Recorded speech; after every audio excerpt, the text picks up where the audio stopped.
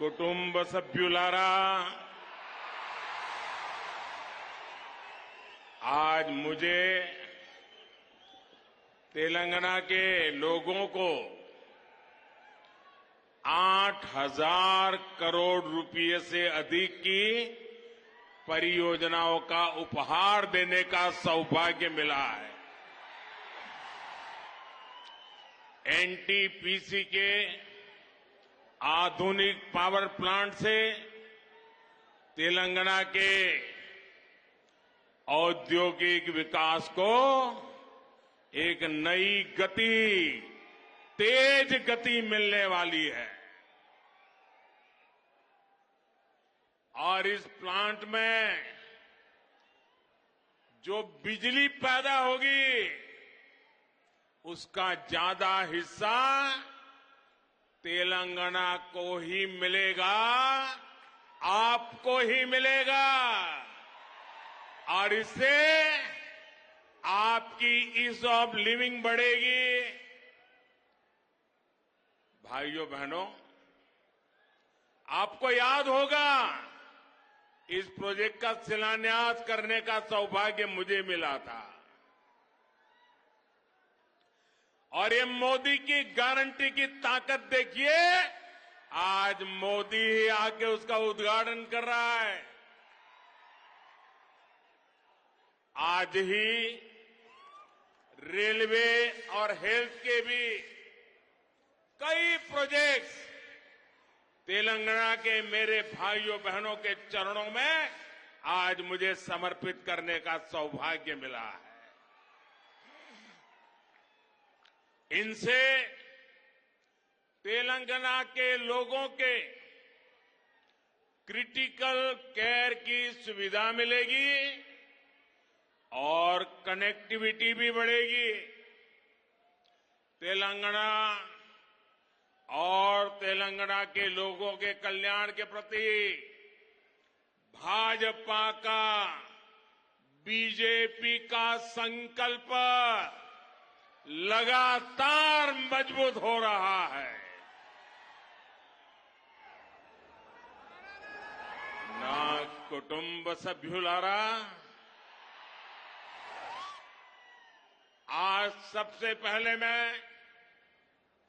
निजामाबाद की माताओं, बहनों, बेटियों को धन्यवाद देना चाहूंगा और आज यहां इतनी बड़ी तादाद में माताएं बहनें स्वागत करने आशीर्वाद देने आई, उससे बड़ा जीवन का सौभाग्य क्या होता है।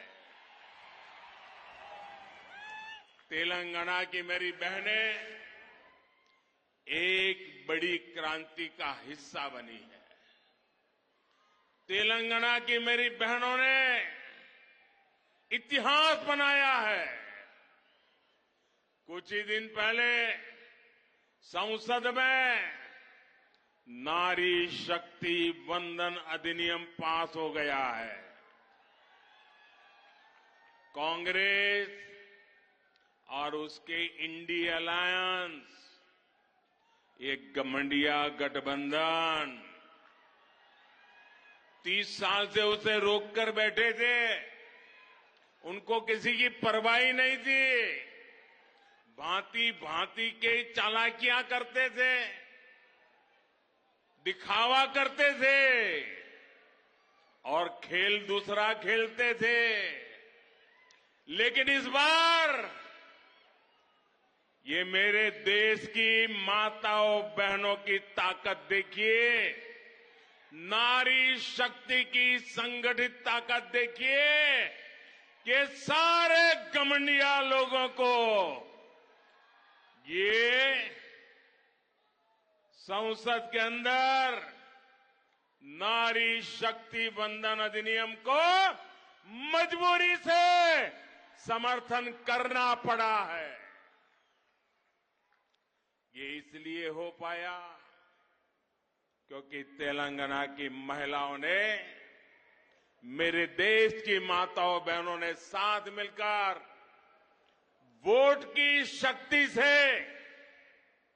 अपने एक एक वोट से माताओं ने उसके इस बेटे को मजबूत बनाया है, बहनों ने उनके इस भाई को मजबूत बनाया है, और माताएं बहनें आपने मजबूती दी है, इसलिए मजबूती से यह आपका बेटा काम कर पा रहा है।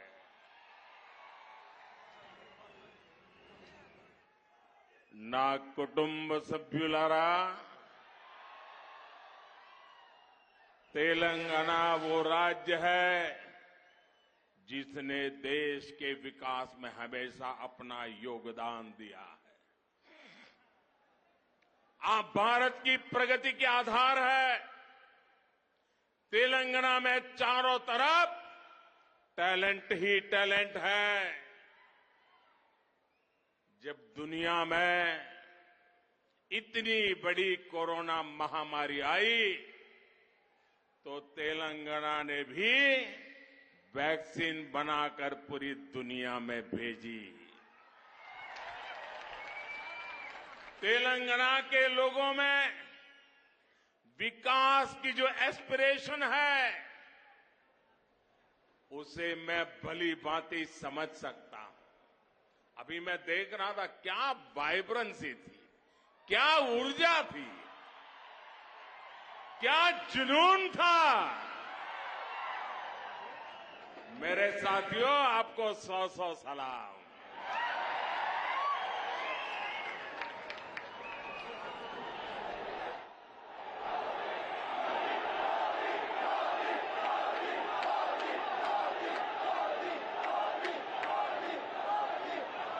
केंद्र सरकार में रहते हुए हम तेलंगाना के लिए जितना कर सकते हैं वो हम लगातार कर रहे हैं। आपको याद होगा ना,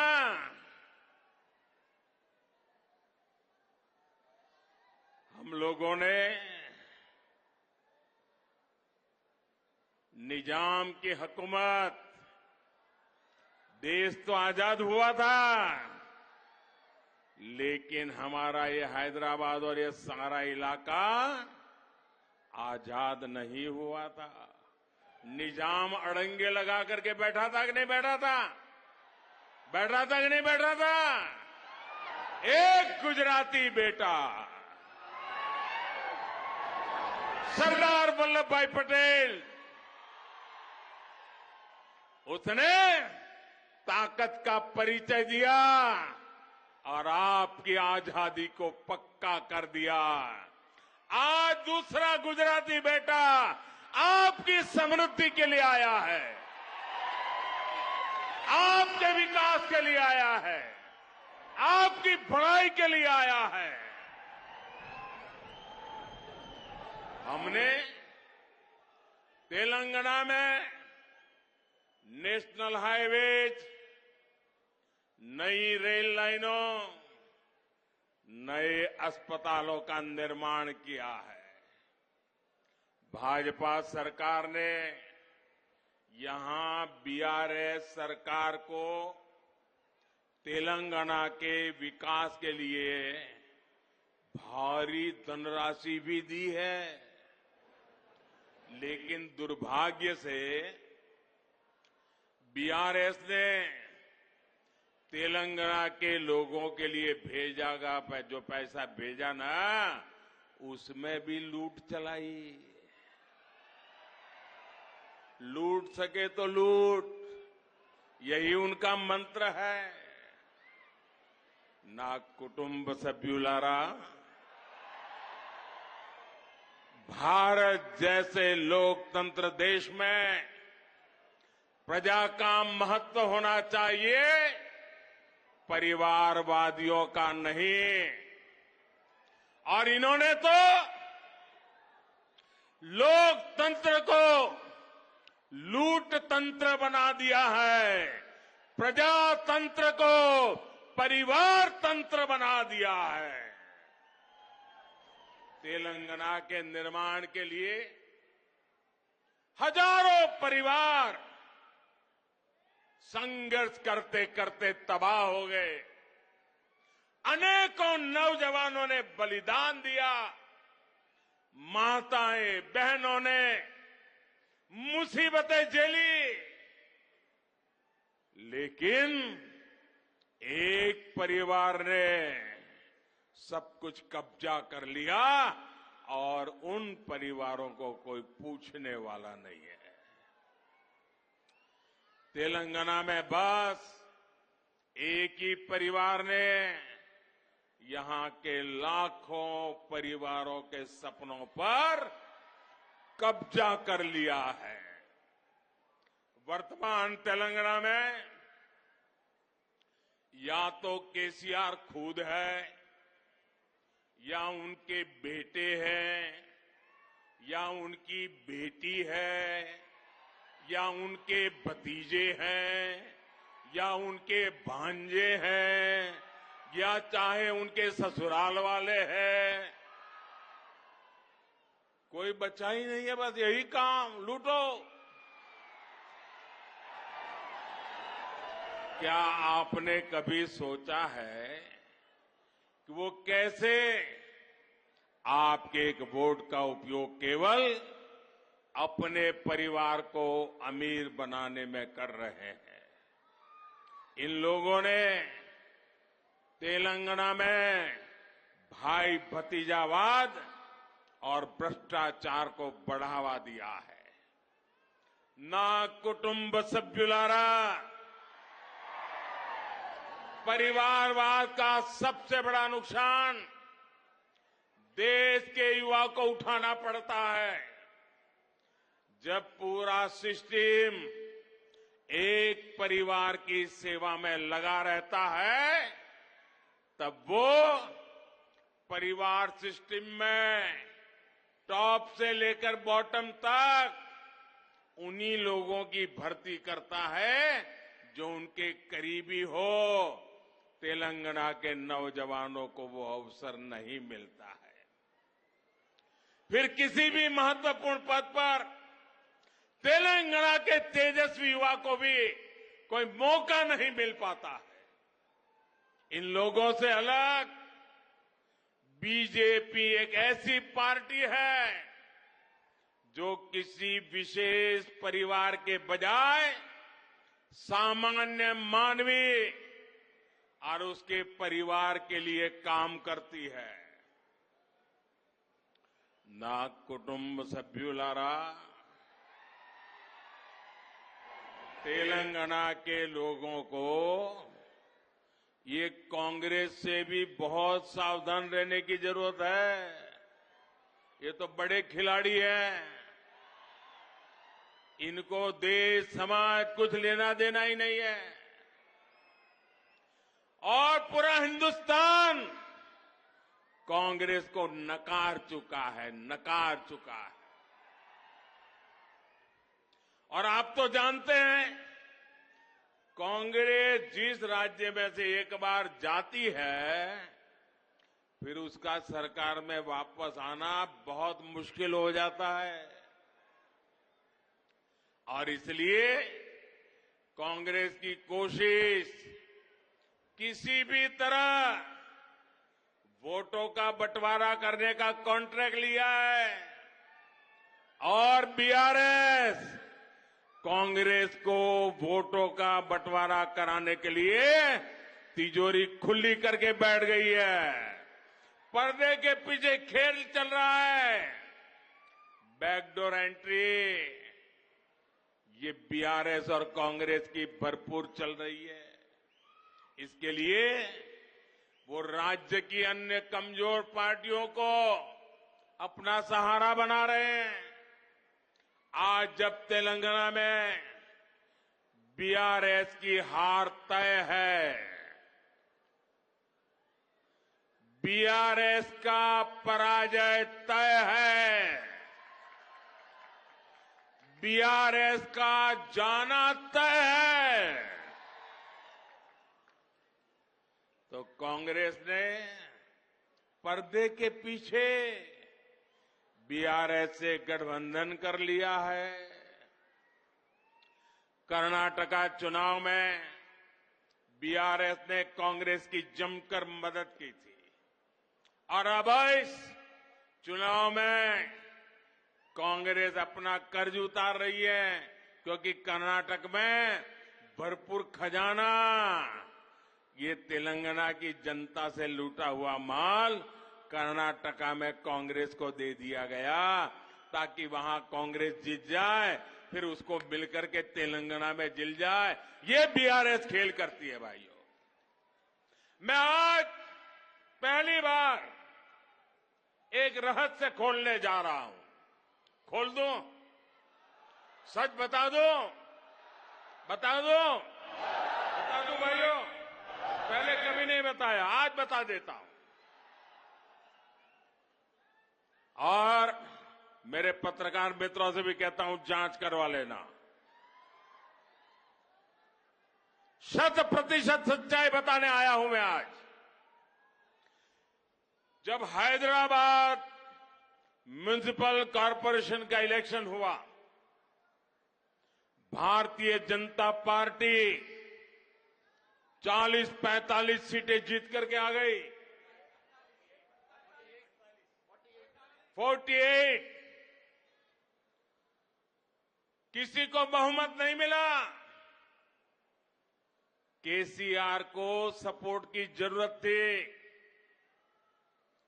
और आपने देखा होगा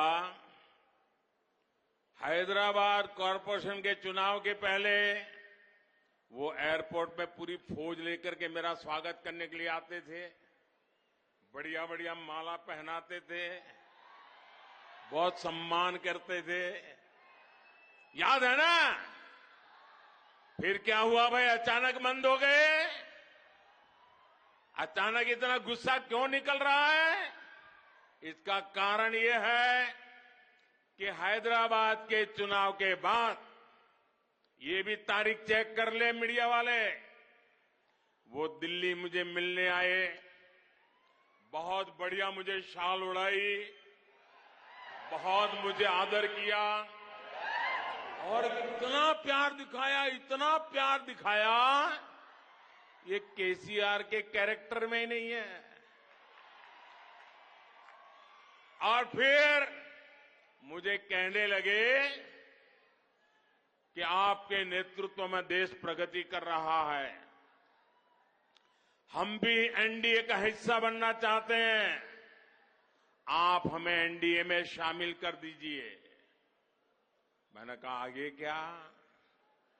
बोले हैदराबाद में म्युनिसिपल कॉरपोरेशन में हमारी मदद कर दीजिए। मैंने केसीआर को कहा, आपके कारनामे ऐसे हैं, मोदी आपके साथ जुड़ नहीं सकता है। हैदराबाद में हमें विपक्ष में बैठना पड़ेगा तो बैठेंगे। केसीआर की सरकार हमारे कार्यकर्ताओं पर जुल्म करेगी तो जुल्म सहेंगे, लेकिन हम तेलंगाना की जनता से दगा नहीं कर सकते हैं। भले तेलंगाना की जनता ने हैदराबाद में हमें पूर्ण बहुमत दे दिया, लेकिन 48 सीट भी तेलंगाना का भाग्य बदलने की शुरुआत है। और मैंने उनसे हर प्रकार से मदद करने का इनकार कर दिया। उनको एनडीए में एंट्री देने से इनकार कर दिया। उसके बाद उनका दिमाग फटका, फिर तो वो भांति भांति से दूर भागने रहे। मैं भ्रष्टाचार के सवाल पूछने लगा, फिर एक बार दोबारा आए। वो मुझे कह रहे हैं कि मोदी जी मैंने बहुत काम कर लिया, अब मैं सारा कारोबार केटीआर को दे देना चाहता हूं। मैं एक बार केटीआर को भेजूंगा, आप जरा उसको आशीर्वाद दे देना। ये उन्होंने मुझे कहा। मैंने कहा केसीआर, ये लोकतंत्र है, तुम कौन होते हो बेटे को राजगादी दे? तुम राजा महाराजा हो क्या? क्या तुम राजा महाराजा हो क्या? अरे तेलंगाना की जनता तय करेगी किसको बिठाना है, किसको नहीं बिठाना है। बस वो दिन आखिरी था, उसके बाद एक बार भी वो मेरे से आंखें नहीं मिला पा रहे हैं। मेरा परछाया भी देखने की हिम्मत नहीं बची उनकी। आप देखा, अभी मैं सरकारी कार्यक्रम करके आया, कोई भ्रष्टाचारी मेरे बगल में बैठ करके मेरा ताप सहन नहीं कर सकता है, इसलिए भाग रहे हैं। मेरे परिवारजनों, कांग्रेस ने अब एक नई बात शुरू की है। ये तो मैंने केसीआर का पुराण बताया। अब कांग्रेस ने सत्ता भूख के लिए, सत्ता हथियाने के लिए एक नई भाषा बोलना शुरू किया है, नई बातें बोलना शुरू किया है। आजकल क्या कह रहे हैं? जितनी आबादी उतना हक। मैं जरा पूछना चाहता हूं कि जिन्होंने इनको वाक्य लिख करके दिया है, उसने सोचा है क्या? जब तुम कह रहे हो तो कांग्रेस की मूलभूत नीतियों पर ही सवाल खड़ा कर रहे हो। जब आप कहते हो जितनी आबादी उतना हक, इसका मतलब ये हुआ कि अब कांग्रेस घोषणा करे, क्या आप अल्पसंख्यकों के विरोधी है क्या? कांग्रेस स्पष्ट करे, आप दक्षिण भारत के विरोधी है क्या? मैं सिद्ध करता हूं, उनकी ये नई सोच दक्षिण भारत के साथ घोर अन्याय करने वाली सोच है। ये नई सोच माइनॉरिटी के पीठ में भी छुरा भोंकने वाली सोच है। आजकल देश में अगले डिलिमिटेशन की चर्चा हो रही है। आपको मालूम है, 25 साल के बाद पार्लियामेंट की सीटें कितनी होगी, कौन सी क्या होगी, इसका निर्णय जुडिशरी करती है। और उसके कारण जहां जनसंख्या कम है उसकी सीटें कम हो जाती है, जहां जनसंख्या ज्यादा है उनकी सीटें बढ़ जाती है। अब हमारे दक्षिण भारत के सभी राज्यों ने जनसंख्या वृद्धि को रोकने में बहुत बड़ी देश की मदद की है। अब कांग्रेस का नारा ऐसा है कि जिसकी जितनी आबादी उतना उसका हक। इसका मतलब अब कांग्रेस दक्षिण भारत के संसद सदस्यों की संख्या कम करने का नाटक करने जा रही है, खेल खेलने जा रही है। क्या दक्षिण भारत इसको स्वीकार करेगा? क्या दक्षिण भारत कांग्रेस की चाल को स्वीकार करेगा?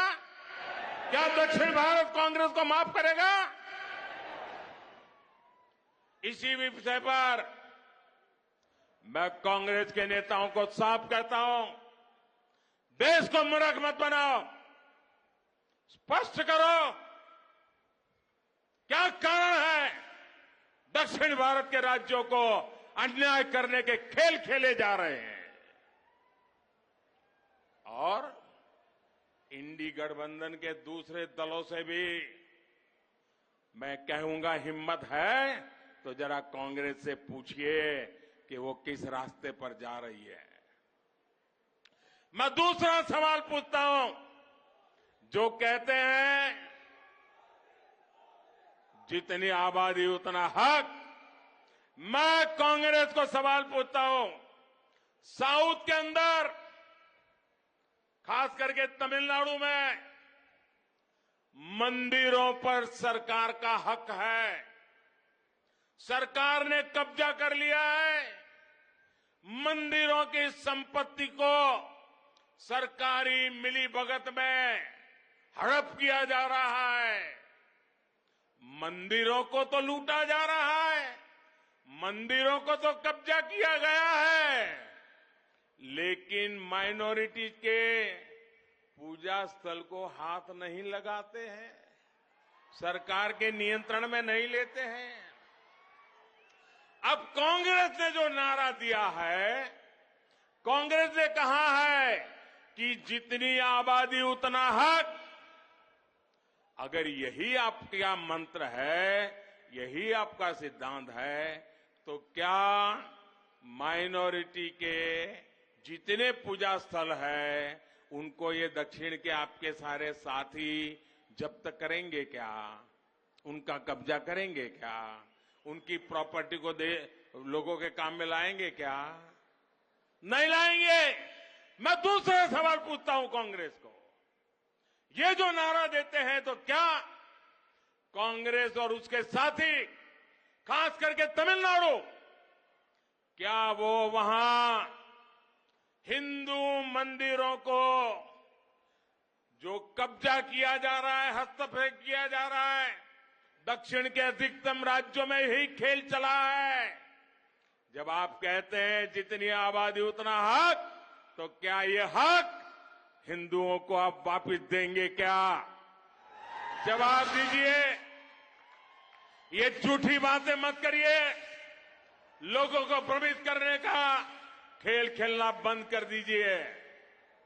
कांग्रेस को, इंडी अलायंस को इस बारे में भी अपना स्टैंड साफ करना चाहिए। कांग्रेस के साथी जो तमिलनाडु में राज करते हैं, जो केरल में राज करते हैं, जो तेलंगाना में राज करते हैं, जो कर्नाटका में राज करते हैं, ये सारे साथियों को कांग्रेस से बात जवाब देना पड़ेगा। साथियों, आज देश में सबसे बड़ी जरूरतमंद जिनको डगर डगर पर मदद की जरूरत है, वो कौन है? हमारे देश के गरीब परिवार है। अगर आज इस देश की सबसे बड़ी कोई जाति है तो वो जाति गरीब है।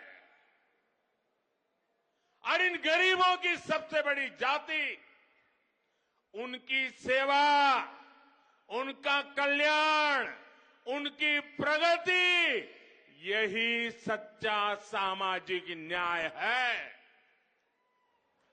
हमारी सरकार ने पिछले 9 सालों से गरीब कल्याण के लिए दिन रात मेहनत की है और इसके परिणाम भी सामने आ रहे हैं। नीति आयोग की रिपोर्ट कहती है कि 5 वर्ष में 13.5 करोड़ लोगों को गरीबी से बाहर लेने का पवित्र काम हमने किया है। और इसलिए मेरे लिए तो जाति अगर कोई है, देश की सबसे बड़ी जाति कोई है तो गरीब है। और अगर गरीब को गरीबी से बाहर निकालेंगे ना, तो ये देश समृद्ध होने से कोई रोक नहीं पाएगा। और यही मोदी का सपना है, यही मोदी की गारंटी है, यही मोदी का संकल्प है और यही मोदी की साधना है, यही मोदी की तपस्या है। और मैं अन्य सभी राजनीतिक दलों से भी आज आह्वान करता हूं, हाथ जोड़ करके मैं देश के सभी राजनीतिक नेताओं को, सभी दल के मुखियाओं को, सभी पॉलिटिकल पार्टियों को कहता हूं, आइए, आजादी के 75 साल हो गए, आइए गरीबों के कल्याण पर विचार करें, गरीबों की भलाई के लिए विचार करें, गरीबों की भलाई के लिए योजनाएं बनाएं, गरीबों के उत्थान के लिए काम करें।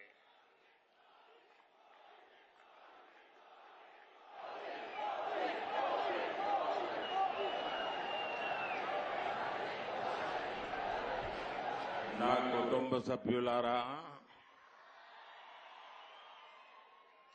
तेलंगाना विरोधी ये लोग चुनाव से पहले जनता को